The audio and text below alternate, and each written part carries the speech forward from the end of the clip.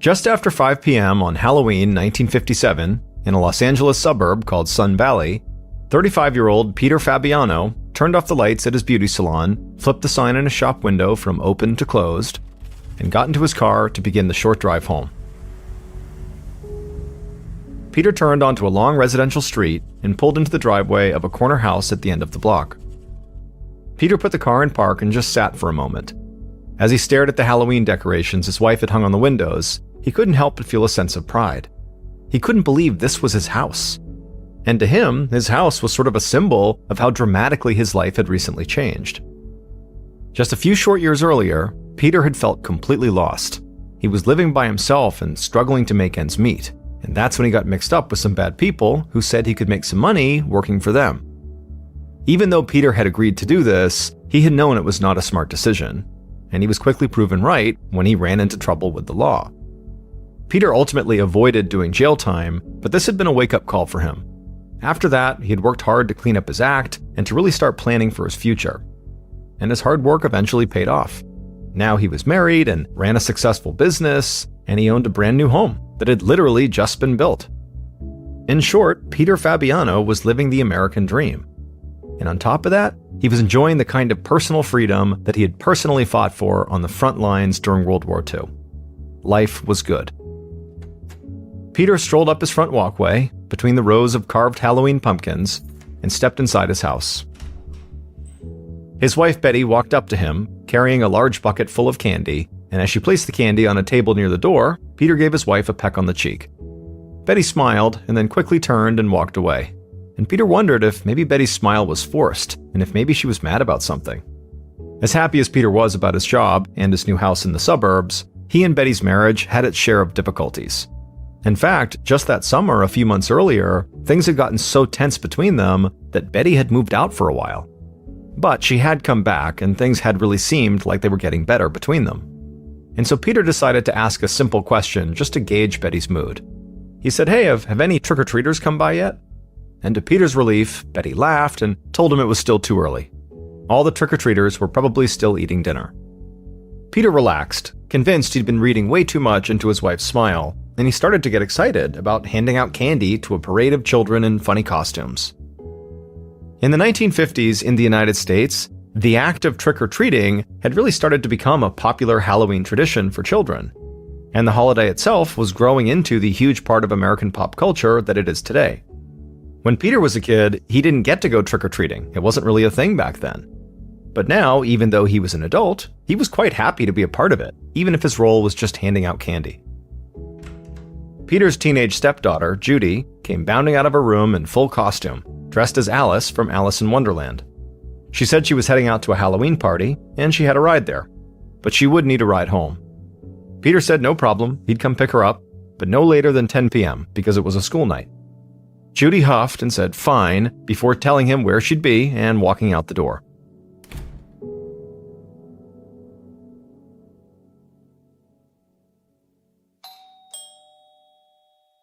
By 6 o'clock, shortly after Judy had left for her party, the sun was setting and the Fabiano's doorbell rang for the first time that night. Peter and Betty heard a chorus of young voices chanting "Trick or treat" from right outside the door.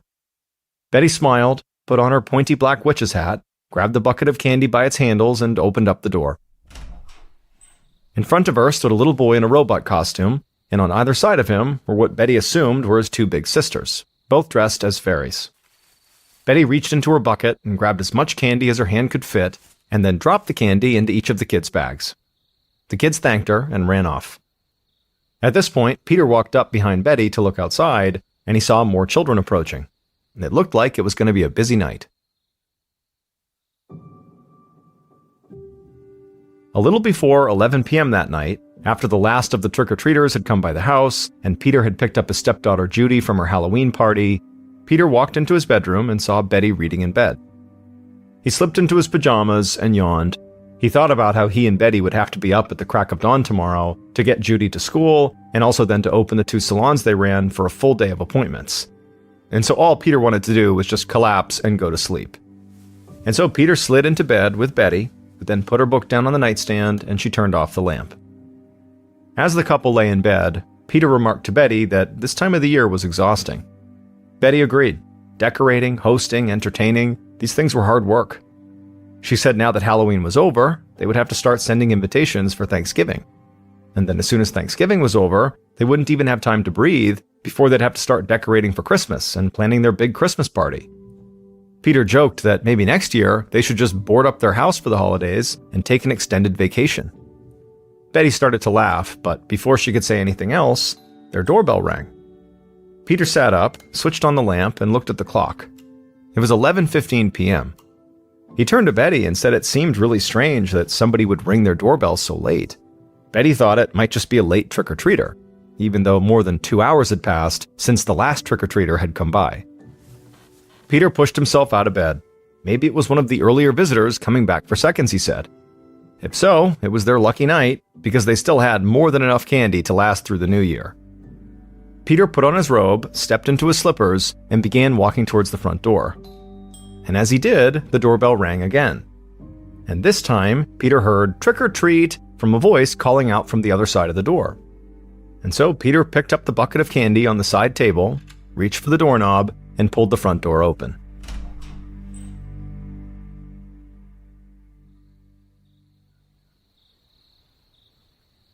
A few minutes later, Sun Valley police officer Bud Alper was fast asleep in his bed, 2 doors down from Peter and Betty's house, when suddenly this violent pounding noise jolted him awake. The pounding persisted as Alper slowly gained his bearings, and he realized that somebody was banging on the front door of his house. Alper picked up his watch from the nightstand and looked at the time, and when he saw how late it was, he instinctively began reaching for his service revolver. He had no idea what was going on, but someone banging on his door this late definitely couldn't be something good. But just then, he heard the sound of a young woman's voice, tearfully calling his name, pleading with him to open the door. Alper opened his front door, and through bleary eyes, he saw his teenage neighbor, Judy, the daughter of Betty Fabiano, standing there in her nightgown with tears streaming down her cheeks. Judy begged Alper to help her. Her stepfather had been shot, she said. He was lying on the floor of their house, dying. Alper ran out of the house and followed Judy to her front door and stopped just outside the doorway.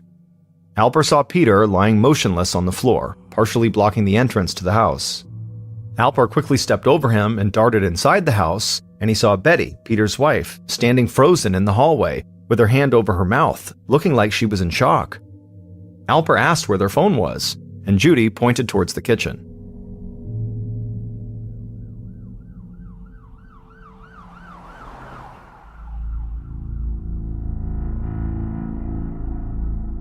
Five minutes later, an ambulance pulled up at the Fabiano's house, and paramedics picked Peter up, put him on a stretcher, and sped away to the hospital.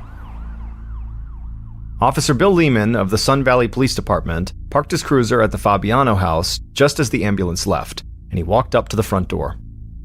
Lehman greeted his fellow officer, Bud Alper, who was standing on the walkway in his pajama robe and lighting a cigarette. Standing near her was Mrs. Fabiano, who was sobbing, and when Officer Lehman approached her, she began to recount what had happened. Betty said that shortly after she and her husband had gone to bed, their doorbell had rang, and they both assumed it was just a late trick-or-treater. Betty said she had stayed in bed while Peter had gone to the door. From bed, Betty had heard her husband open the front door and say, "It's a little late for this, don't you think?" She then heard someone with a strange voice reply, "No," and a few seconds later, Betty heard a loud pop, followed by a thud.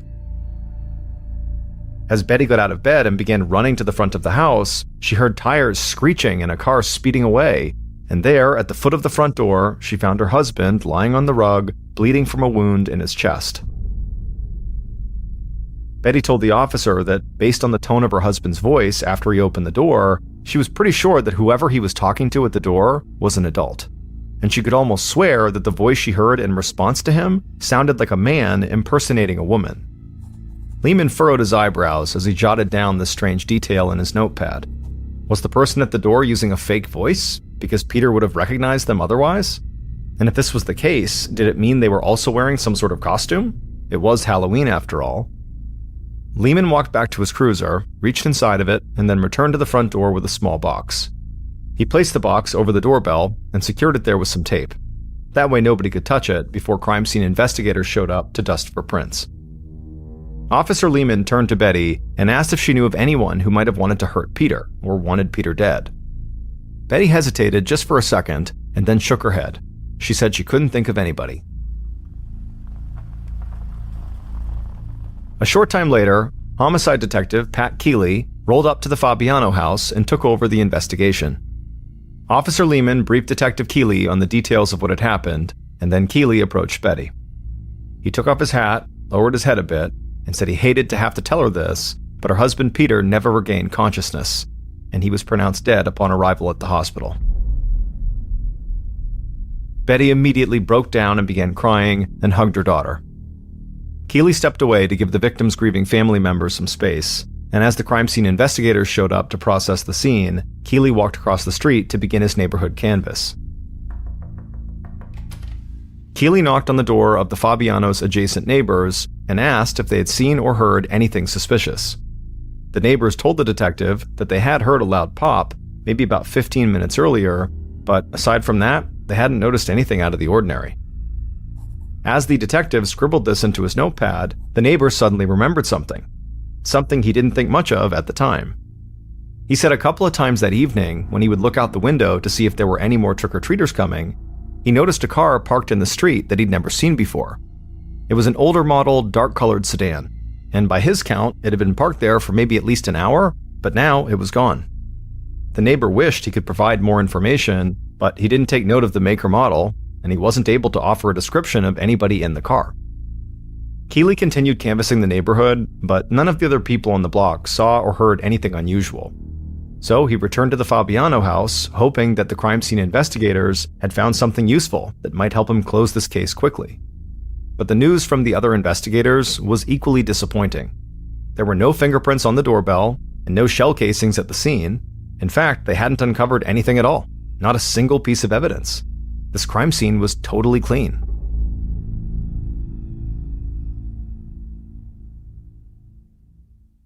A little later that night, Keeley returned to his desk in the homicide department to begin writing up the report.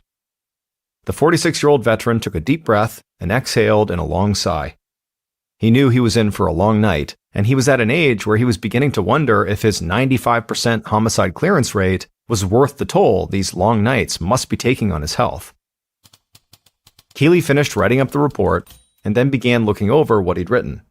He kept thinking how unusual it was that the killers took advantage of Halloween and used trick-or-treating as a ruse. He'd never heard of this happening before, except maybe in a radio play he once listened to. And the crime scene was so spotless. The killers were very careful to not leave anything behind. This suggested a level of planning and organization rarely seen in random killings and robberies. This had all the markings of a professional hit.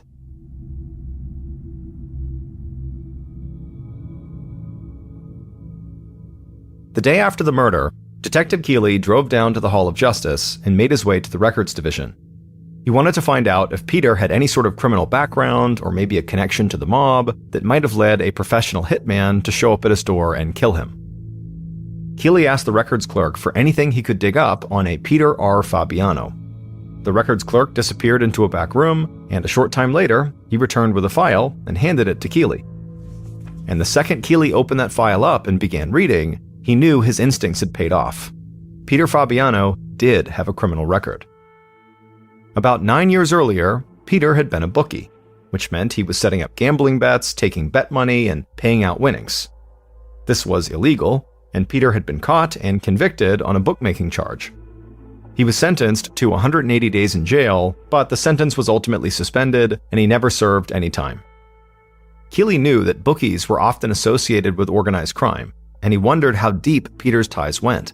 Could he have run afoul of a loan shark, or fallen in debt to the wrong people? Something like that would definitely support his professional killer theory. Detective Keeley spent the afternoon probing Peter's business records, his finances, his background, hoping to find other investigations and other shady dealings. Anything that might help Keeley build a list of Peter's potential enemies. But much to Keeley's surprise, aside from that one scrape with the law being a bookie almost a decade earlier, Peter really did seem to have cleaned up his life. He ran a legitimate business, which his wife helped him operate, and none of Peter's friends that Keeley had talked to could think of anyone who had beef with him. However, Keeley had yet to really have a deep conversation with the one person closest to Peter, and that would be Peter's wife and now widow, Betty. That evening, Betty Fabiano sat in a small room inside the Sun Valley Police Station. After waiting for a few minutes on her own, Detective Keeley walked in, sat down in a chair a few feet away from her, and asked her to take him through the night of Peter's murder again. Betty started recounting everything that had happened that day, starting from when she had finished working at one of the two salons she and Peter owned. Peter, at the time, was working at the other salon. Keeley listened closely, looking for any inconsistencies between this version of events and the story Betty had told him when he had first come to her house.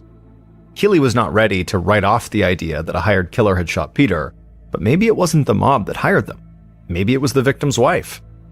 But as Betty spoke, Keeley didn't catch anything that strayed too far from her original story. Still, that didn't necessarily mean anything. Some people were good at memorizing stories. And so Keeley asked Betty to tell him more about her marriage to Peter. Betty explained that she and Peter had been married for about 3 years. She had 2 kids from a previous marriage, and one of those kids, her daughter Judy, lived with them. Keeley asked if she and Peter had any problems in their marriage. Betty paused, then took a deep breath, and admitted that, yes, there had been some marital problems. She said their marriage had become pretty rocky earlier that year, to the point where they actually had separated for a couple of months. Betty had moved out of the house during that time and went to live with a friend. But in July, she and Peter had reconciled, and she had moved back in with him. Betty looked away for a minute and was silent, and then she turned back to Keeley and said there was someone he should know about, someone who might have had it out for Peter. Keeley leaned in and asked her why she hadn't said anything about this person when he talked to her at the house. Betty said she wasn't trying to hide anything. She'd been in total shock at the house, and she hadn't been able to think clearly. But now that she was talking about her and Peter's relationship, it seemed obvious, because she believed this person truly hated Peter, maybe enough to want him dead. It was a woman named Joan Rabel, who used to work part-time for Peter at one of his salons. But Peter had fired Joan because for some reason he just didn't like her. But Betty did. In fact, the 2 women had quickly hit it off when they first met and had become friends. And this really bothered Peter. In fact, it bothered Peter so much that the friendship between Joan and Betty became a source of tension in their marriage, until Peter ultimately forbade his wife to socialize with Joan. Betty felt she had a right to choose her friends and was not going to let her husband control her, but Peter was insistent until Betty felt like he was basically giving her an ultimatum. And ultimately, this is the issue that led Betty and Peter to separate for those several months. However, Betty said after a couple of months of separation, she had a change of heart and returned home to Peter. And he accepted her back, but under the condition that she never see Joan and never even speak Joan's name around him again. As Keeley listened to the story, he found himself puzzled by it. It sounded like there had to be a piece missing somewhere. And so he asked Betty, why did Peter hate Joan so much? But Betty just sort of shrugged and looked away. Keeley couldn't tell if Betty was hiding this information because she knew more about Peter's murder than she was saying, or if she was trying to hide something to protect her dead husband or her friend Joan. Finally, Betty broke the silence and just said that Joan had a really strong personality, and Peter also had a strong personality. And sometimes 2 strong personalities can clash.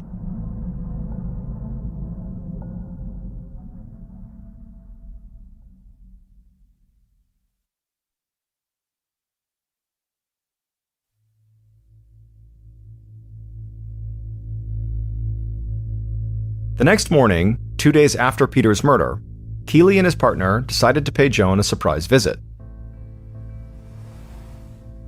They drove to Joan's house in Hollywood, on the other side of the hill, and knocked on her front door. The door swung open and Joan appeared, and as the detectives flashed their badges and said they were there to talk to her about Peter Fabiano, they watched Joan closely to see how she would react, whether she'd be nervous or surprised or something. But Joan just shook her head and looked down. She had already heard the news. How tragic, she said to the investigators. Keeley agreed and said it was tragic, but also her name had come up as a potential suspect, so they needed her to accompany them down to the station and answer some questions. Joan matter-of-factly just said, okay, and asked them to hold on a minute while she got her coat. And as she did that, the investigators shared a look, because honestly, this seemed really strange to them. In almost every homicide case they had ever worked, when somebody was told they were a potential suspect, they got scared or angry or had some kind of strong reaction. Neither of the cops had ever seen someone act so unaffected by this kind of news. They followed Joan inside the house and kept an eye on her while she grabbed her coat and her purse. And she remained totally calm and cooperative when the detectives walked her to their car and drove her back to the valley to police headquarters. As soon as Joan was sitting down inside of the interview room across from Keeley and his partner, she began to talk. Joan insisted that she had nothing to do with Peter's murder. She was not a violent person, she hated guns. In fact, she had never even touched a gun, not once in her whole life. And as Joan continued to talk, Keeley began to notice her calm demeanor slip just a little. She didn't sound angry, she just sounded sort of surprised. She told the detectives she had no idea what they'd heard or who they'd heard it from, but she had no problem whatsoever with Peter Fabiano. She considered both Peter and his wife Betty to be two of her closest friends, and she had only stopped working at the salon because she'd found another job. So, Joan suggested, whoever was pointing the finger at her, the police might want to take a closer look at them. Keeley and his partner exchanged another brief glance. What Joan was saying was a complete contradiction to what Betty had said. Keeley's partner asked Joan if she had an alibi for the night of the murder. She told them she did. She said she had been home all night by herself, but her car had been parked in the front of her house in her driveway, and she was sure one of her neighbors could confirm that. After speaking to Joan for a bit longer, Keeley had his suspicions, but he had no legal reason to hold Joan, so he gave her a ride back to her house. And after Joan went inside and closed the door behind her, Keeley began knocking on her neighbors' doors. And several of them did confirm what Joan told detectives. On the night Peter died, Joan's car never left her driveway. And considering that her house was 12.5 miles away from the Fabiano house, it did seem likely if she was involved somehow in the murder that she would have had to drive there. Keeley returned to the station, went right to his desk, and shook his head in frustration. Less than 2 days into this investigation, and he felt as though the case was already reaching a dead end. Beyond Peter's brief stint as a bookie, nothing had come up that showed he still had ties to organized crime, or that he owed money to anybody.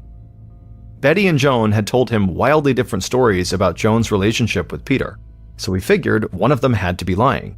But the lie didn't have to mean they were connected to the murder. The lie could be for some personal reason. And at this point, there was no clear evidence pointing to either of the women. Keeley definitely couldn't rule them out, but he also couldn't really pursue either of them unless some new piece of information surfaced. So Keeley picked up his case file and began scouring the dozen or so pages he'd put together so far, looking for anything he might have missed. But after an hour of studying the facts of the case, he put down the file and felt no closer to an answer. Keeley's nearly perfect homicide clearance rate, which was a great source of professional pride to him, seemed like it was about to take a hit.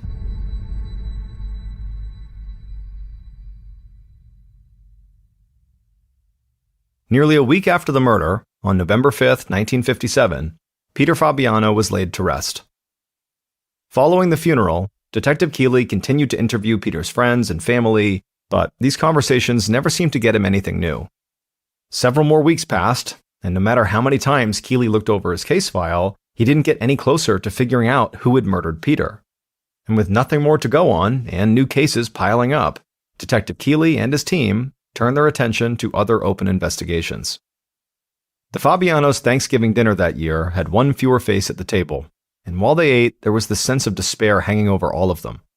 Like Keeley, Peter's family started to feel that Peter's case would just never get solved.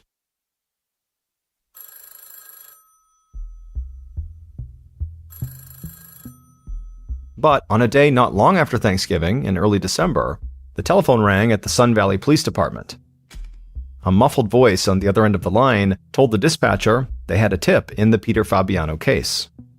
The caller said that if investigators went to Bullock's department store in downtown Los Angeles and visited the area with the rented storage lockers, they would find a .38 caliber Smith & Wesson revolver.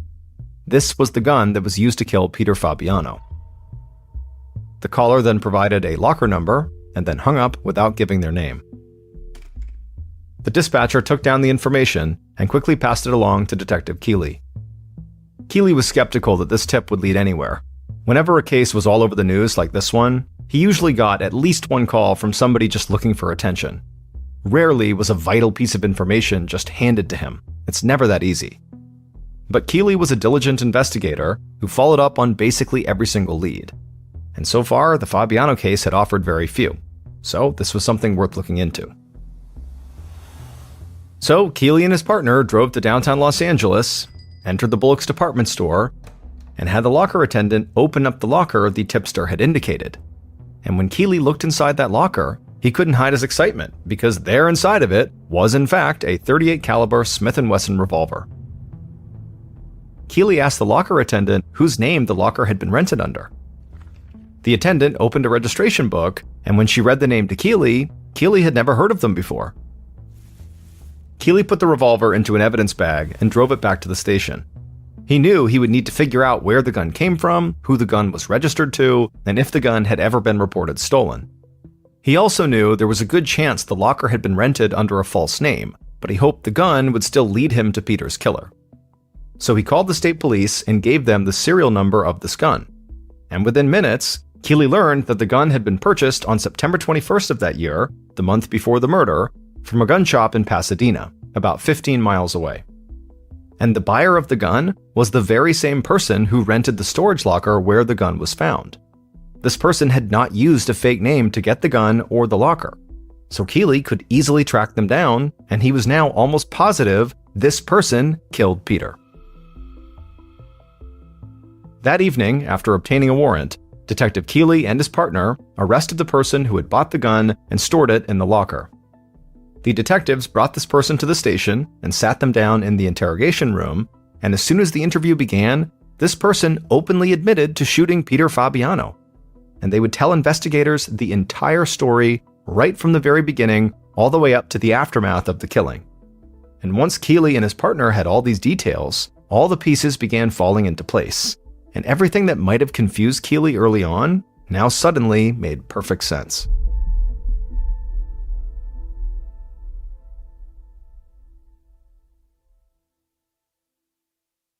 Based on the killer's confession and evidence gathered throughout the investigation, the following is a reconstruction of what police believe happened to Peter Fabiano on the night of October 31st, 1957.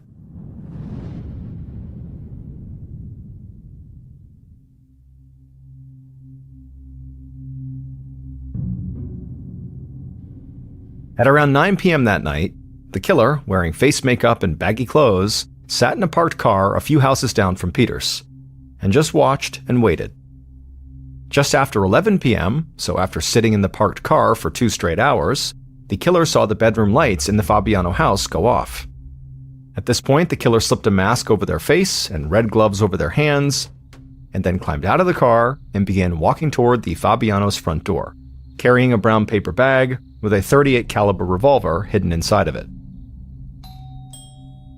The killer rang the doorbell, and as soon as they did, they began to shake, knowing they were about to commit a crime that could land them in the gas chamber. They tried to calm their nerves by reassuring themselves that this was the perfect crime and there was no way they'd get caught. They repeated this in their head as they rang the doorbell again and called out "trick or treat" in a loud, booming, unnatural voice. Peter opened the door, looked at the killer in their ill-fitting clothes and paper mask, and laughed. "It's a little late for this, don't you think?" he asked. All the killer could think to say was "no," as Peter looked down into his bucket and began fishing for candy. With Peter's attention distracted for just a moment, the killer began raising the gun, which was still concealed inside the paper bag. But as they did, their hands began to tremble violently, so they reached over with their other hand to keep themselves steady, and then continued lifting the gun with both hands. And once it was aimed squarely at Peter's chest, they fired a single shot. The bullet blew a hole through the paper bag and slammed into Peter's chest, the round settling just below his heart. Peter looked up at the killer in horror and then clutched his chest as he fell to the ground. The killer immediately turned around, cut across the yard, and ran back to the car. When they got into the passenger seat, they were shaking and on the verge of tears. They couldn't believe they had just killed a man. But the killer then felt a hand on their shoulder. They turned to the driver's seat, and saw the woman they loved had a smile on her face. The woman told the killer they had done everything just right. Then she hit the gas and sped away from the neighborhood.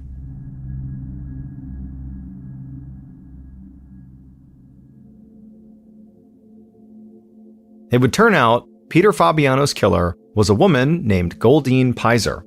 She was a 42-year-old lab assistant at a children's hospital, and she had no direct connection to Peter Fabiano. In fact, she had never met him before the night she killed him. She only knew what Peter looked like because another person had driven her by the Fabiano house a week before Halloween and pointed him out.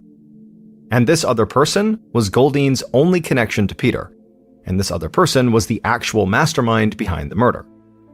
And that was Peter's former employee, Joan Rabel. It turned out that Joan and Peter's wife Betty had both lied to police about their relationship. Joan and Betty were not just friends, they were lovers. But in 1957, that was not something most people would accept, so Betty and Joan tried to hide it.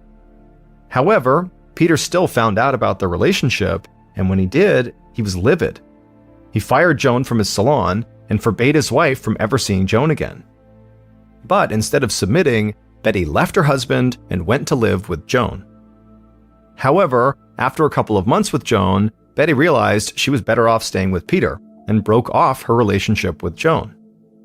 Betty moved back in with Peter and agreed to never bring up Joan's name again.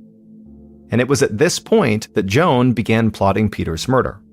Jilted and wanting revenge, Joan began a new relationship with the very impressionable Goldine and immediately began setting her up to become Peter's assassin. Joan spoke endlessly to Goldine about what an evil and vile person Peter Fabiano was. Joan claimed Peter was cruel to his wife and cruel to his wife's children, mistreated his employees, and was essentially a monster who needed to be stopped.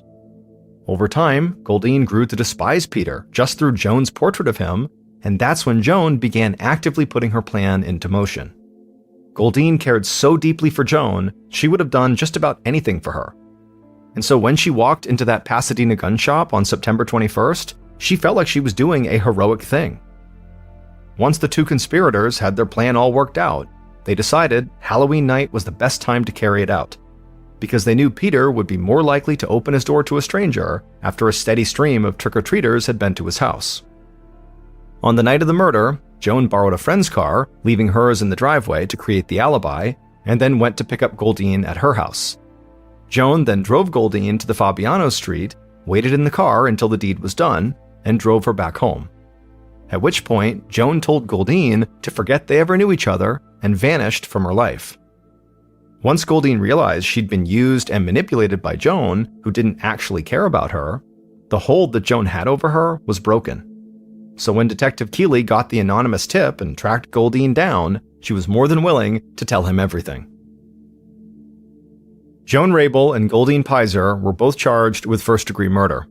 Both women initially pleaded not guilty, but eventually changed their pleas to guilty to the lesser charge of second-degree murder. Joan and Goldine received sentences of 5 years to life in prison. As for Peter's widow, Betty Fabiano, she was never charged with any crime because investigators were satisfied that she had nothing to do with her husband's murder.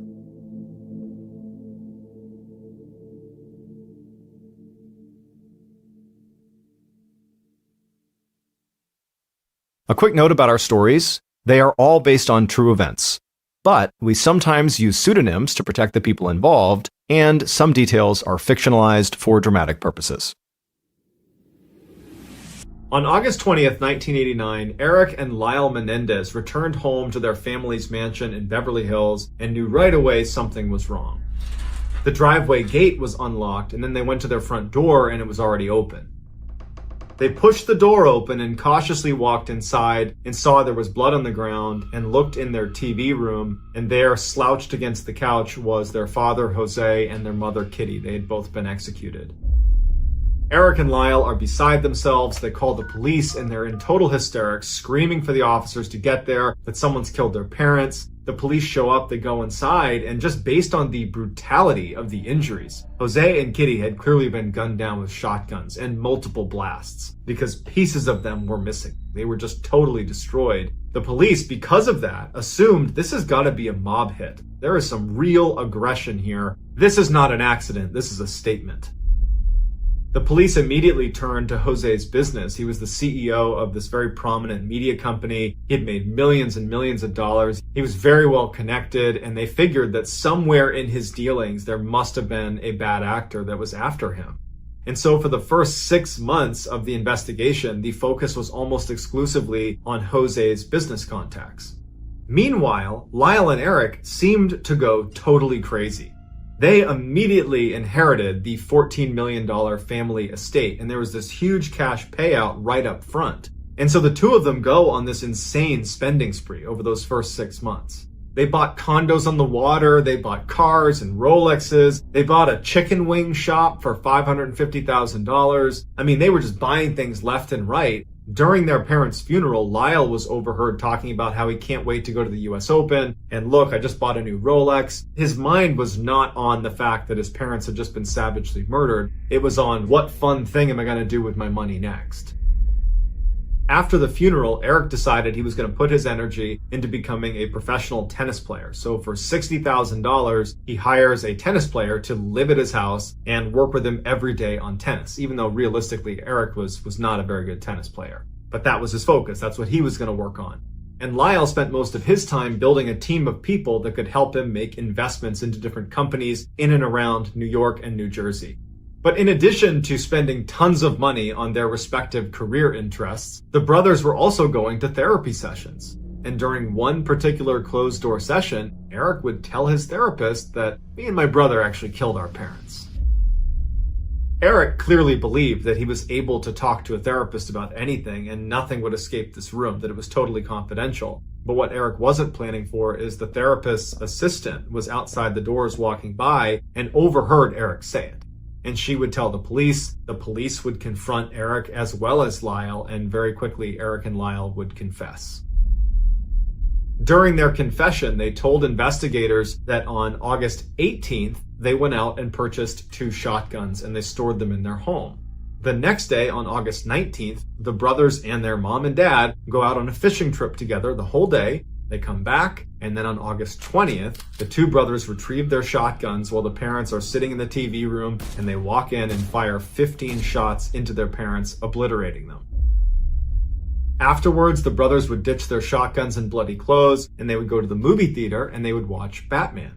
After the movie was over, they go back to the mansion knowing exactly what they're going to find, and they go in and they put on this big performance. Oh my goodness, someone killed our parents! But it was all a lie, because they killed their parents for their money. Eric and Lyle were given life sentences and were sent to separate prisons, but actually just recently they were reunited in the same jail. 30 years after their crime, a guy who collected NBA trading cards was rooting through some of his older cards, and he came across the Mark Jackson 1990 card. And he noticed in the background of the picture, sitting courtside, is none other than Eric and Lyle Menendez. It was during that 6-month crazy spending spree after they had murdered their parents, when they were going around buying up whatever they wanted, and they had bought courtside tickets to that particular game, and they happened to be immortalized on this playing card.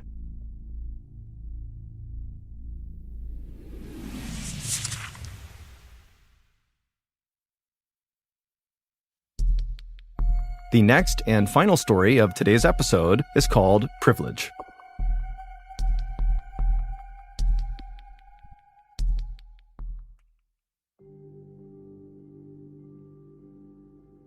On the evening of Wednesday, May 21st, 1924, a man named Jacob Franks walked up the steps to his mansion, and right as he went to open his door, his butler opened it up, welcomed him inside, and Jacob smiled at the butler and stepped in. Jacob had just spent a long day at his office in Chicago, Illinois, doing a big real estate deal, and now he was just happy to be home with his wife and his 3 kids. Jacob was an incredibly successful business person who had made a name for himself first in the early 1900s when he ran a bank that specialized in giving out these enormous loans to gamblers.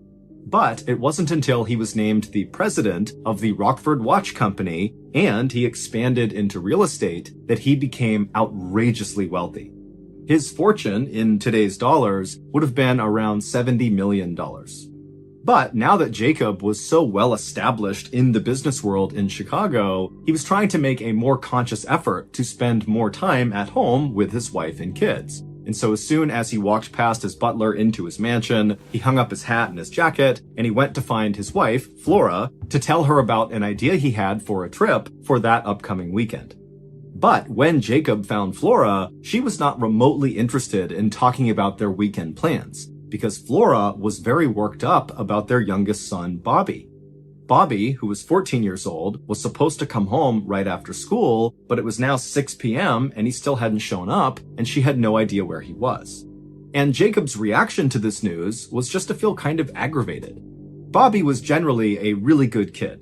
He was a student at a prestigious boys' school right down the road, and his teacher was convinced that Bobby was the smartest kid in his entire grade. Bobby was a member of the school's debate team and regularly beat the older kids, and Bobby was just a natural leader and very hardworking and kind. But Bobby could also be fairly irresponsible sometimes, specifically in terms of coming home on time. This was not the first time that Bobby had not come home by curfew.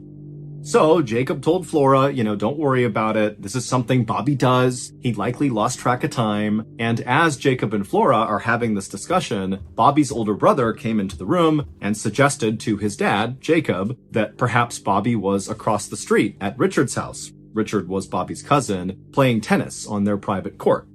Richard and Bobby were quite close, even though they were 4 years apart. Richard was 18, Bobby was 14, but they really bonded over tennis. And so that was something they did all the time. And so Jacob said he would go across the street and see if Bobby was there, and he also told his wife, Flora, to just continue to call around town and see if anybody knew where Bobby might be. And so Jacob left his mansion and began walking across the street towards Richard's family's mansion to see if his son was there. Now, this neighborhood that Jacob lived in was one of the most exclusive neighborhoods really in the entire country, but definitely within Chicago's city limits. It was called South Kenwood, and basically imagine a street where every house is a huge mansion, and every mansion is home to some business tycoon or famous person, and all the families who lived in this neighborhood had a full staff of maids and butlers and drivers and fleets of private cars. I mean, these people who lived in South Kenwood were literally the richest of the rich. And so Jacob, he gets across the street, he's standing in front of Richard's family's mansion, and he looks around the side, and he can see the private tennis court where his son and Richard would always play, but it's totally vacant, and in fact, the house is just totally quiet. No one's home. When Jacob got back to his own home, he found his wife pacing around in the parlor looking really concerned, and so Jacob immediately asked her, what'd you learn? What's going on? And she would tell Jacob that she had spoken to one of Bobby's friends who told her that Bobby had umpired a baseball game after school and had left to walk back home at around 5 p.m. The school and the baseball field where Bobby would have been was only about 3 blocks away from their home. And now it was 6:30 p.m., so it's been an hour and a half since Bobby had supposedly began his walk home. And so by now, he certainly should be here, but of course he wasn't. At this point, Jacob went from feeling aggravated with his son to being concerned for his son's safety, despite the fact that he's thinking, okay, well, my son is likely somewhere in this neighborhood in South Kenwood, one of the safest, richest, best places in the country. He's got to be okay, but I really want to find him. And so Jacob would call one of his very close friends who lived in this neighborhood, who also happened to be a former state senator, and he asked him to come over and basically look around the neighborhood for Bobby.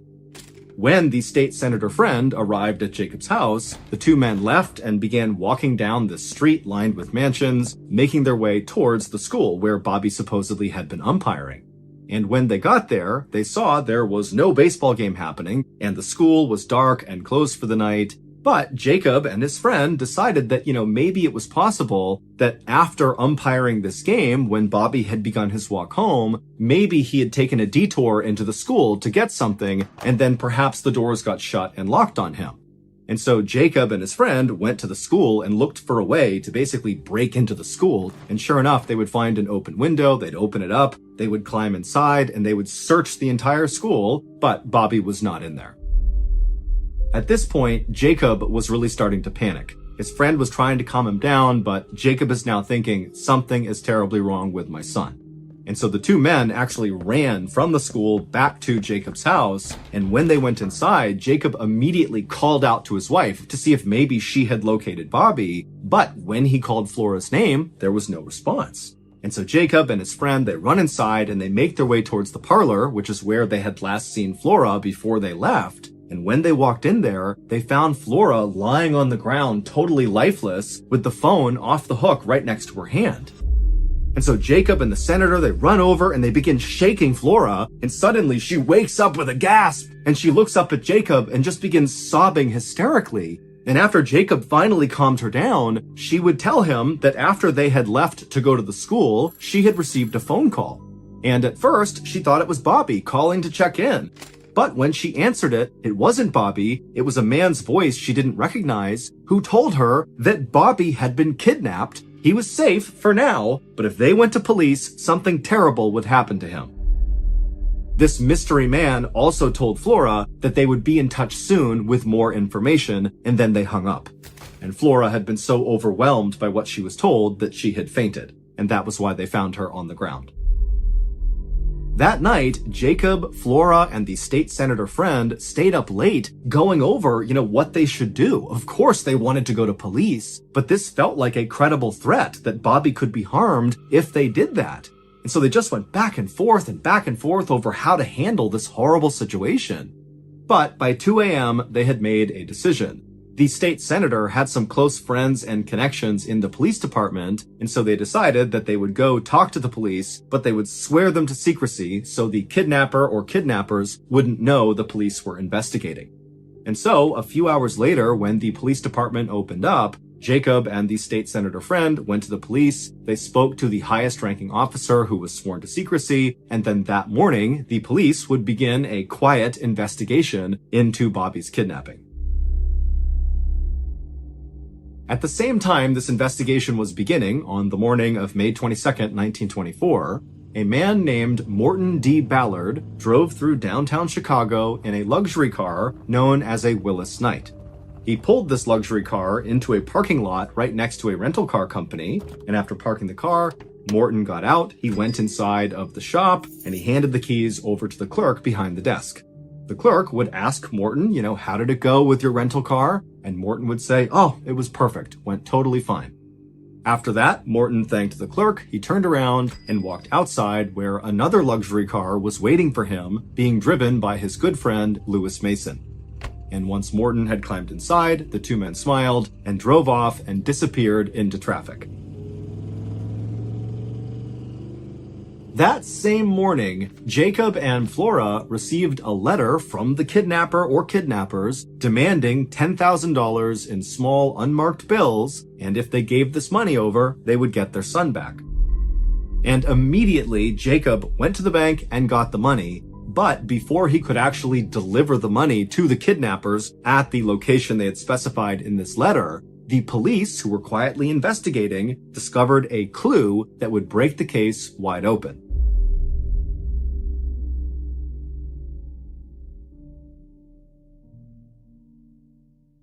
It would take over a week to unravel this bizarre clue, but it all started to come together when the police brought in Morton D. Ballard and Lewis Mason for questioning. Here is the shocking story that detectives were finally able to piece together about what happened to Bobby Franks.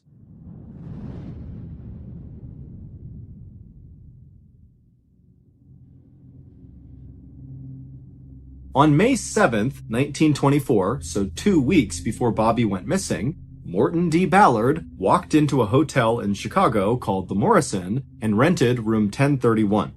He would tell the front desk that he wanted them to hold his mail for him, and over the next couple of days, Morton would come in and he would get his mail from the front desk, but he didn't appear to ever actually go up to his room.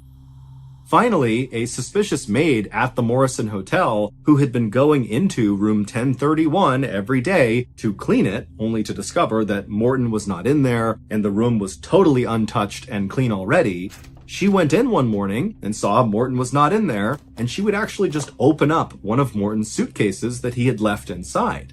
And instead of the suitcase containing clothes or toiletries, it just contained a bunch of random library books. As it happened, after this maid found this strange suitcase full of books, Morton stopped coming to the hotel. He stopped getting his mail, he did not claim his luggage, and he didn't pay the bill. He just kind of vanished. On May 9th, so just a couple of days after Morton first booked that room at the Morrison Hotel, Morton also opened a bank account in Chicago. He also made his first appearance at that car rental company where he asked for the Willis Knight car.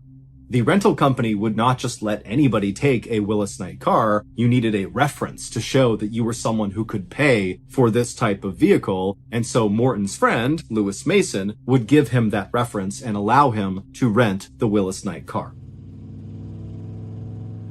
About a week and a half later, on May 21st, so the day Bobby went missing, Morton and Lewis were driving around South Kenwood in their Willis Knight car when they spotted Bobby by himself walking down the road. Now, Lewis recognized Bobby, and he knew that Bobby was an incredible tennis player, and Lewis had a question for Bobby about a particular tennis racket. And so Lewis, who was in the front seat of the car, told Morton, who was driving, to pull over so Lewis could talk to Bobby.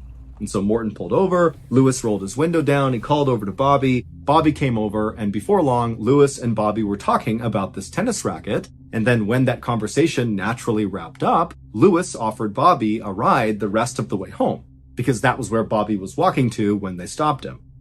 And so Lewis climbed into the back seat, Morton stayed in the driver's seat, and Bobby climbed inside and sat in the front seat. And then once those two were situated, Morton pulled away from the curb and began driving towards Bobby's house.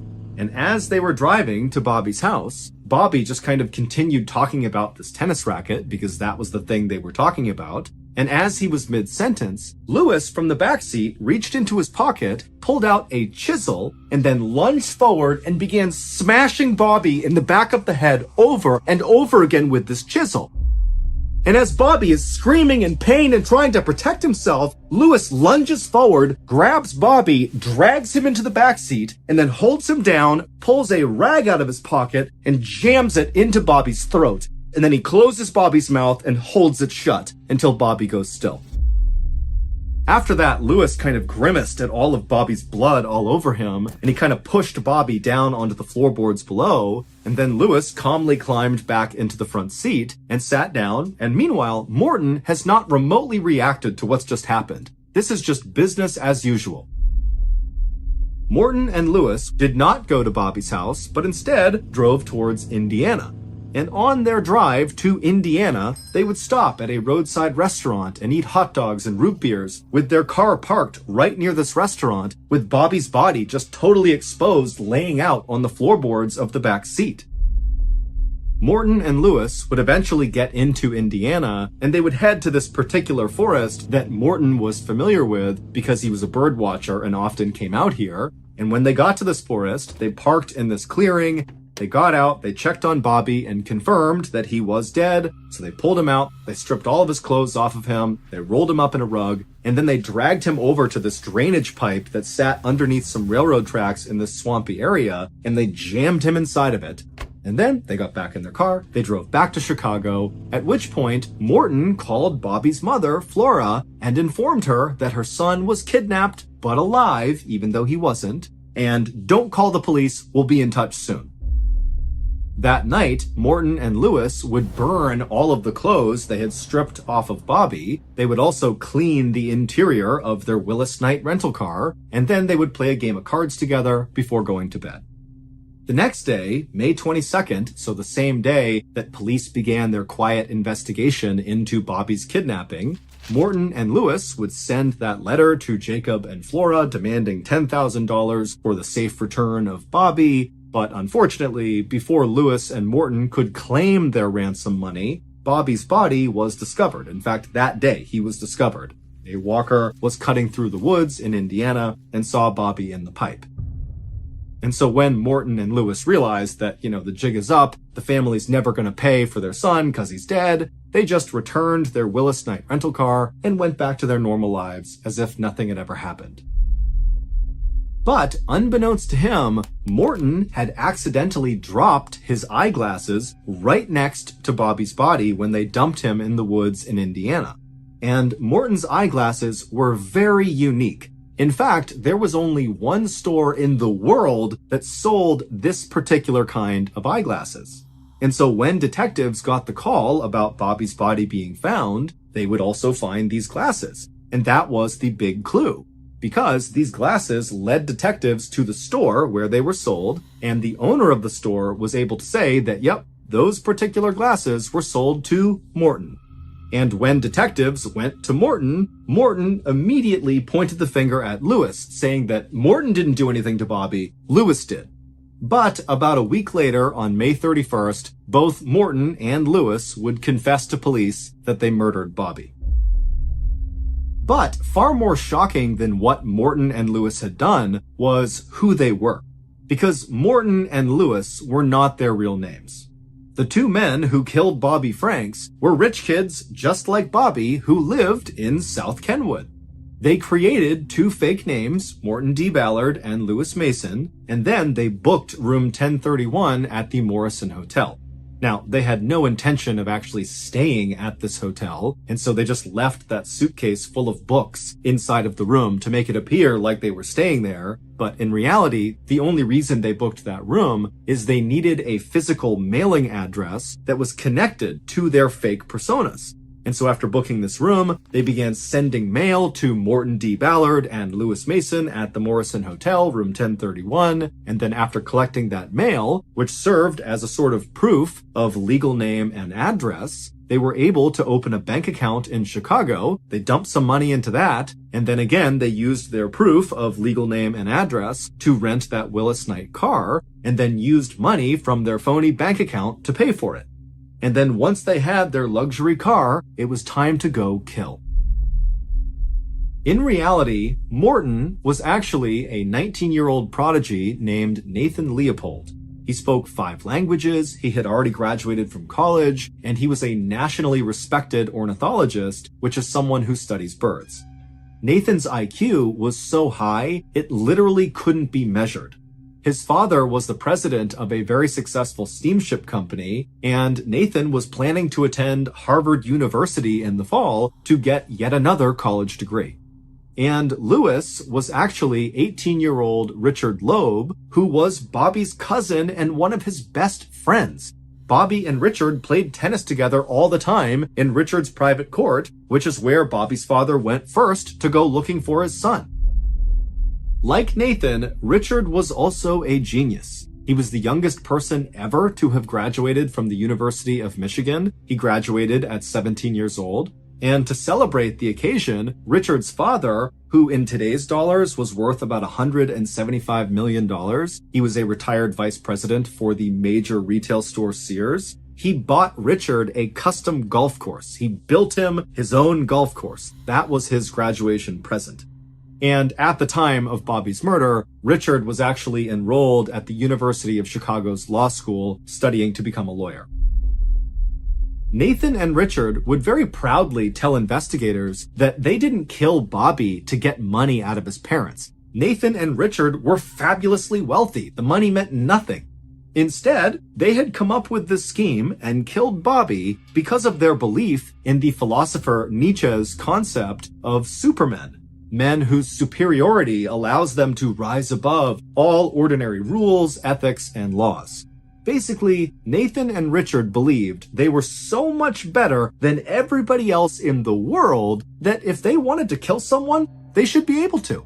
And Bobby seemed like a pretty easy target. After Nathan and Richard confessed, they were put under arrest, but a chauffeur was allowed to come to the police station and drop off silk pajamas for them to wear in custody, and instead of being held in a cell, they were allowed to stay in a hotel. But ultimately, they both were sentenced to life in prison. Bobby's family never recovered from his murder, and his father, Jacob, would die just 4 years after his son died. As for Nathan, he would be murdered in prison in 1936 by another inmate, and as for Richard, he would serve his time and get paroled, and then die of natural causes in 1971. Today, the murder of Bobby Franks is often referred to as the crime of the century.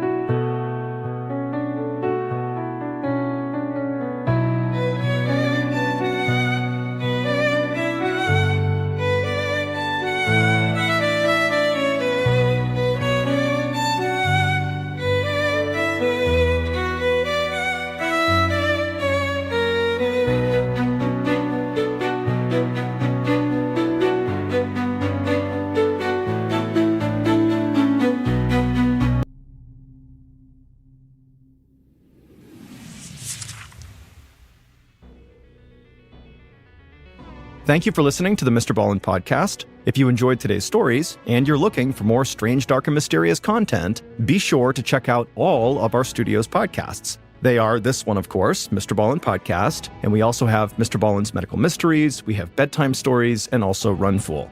To find those other podcasts, all you have to do is search for Ballin Studios wherever you listen to your podcasts.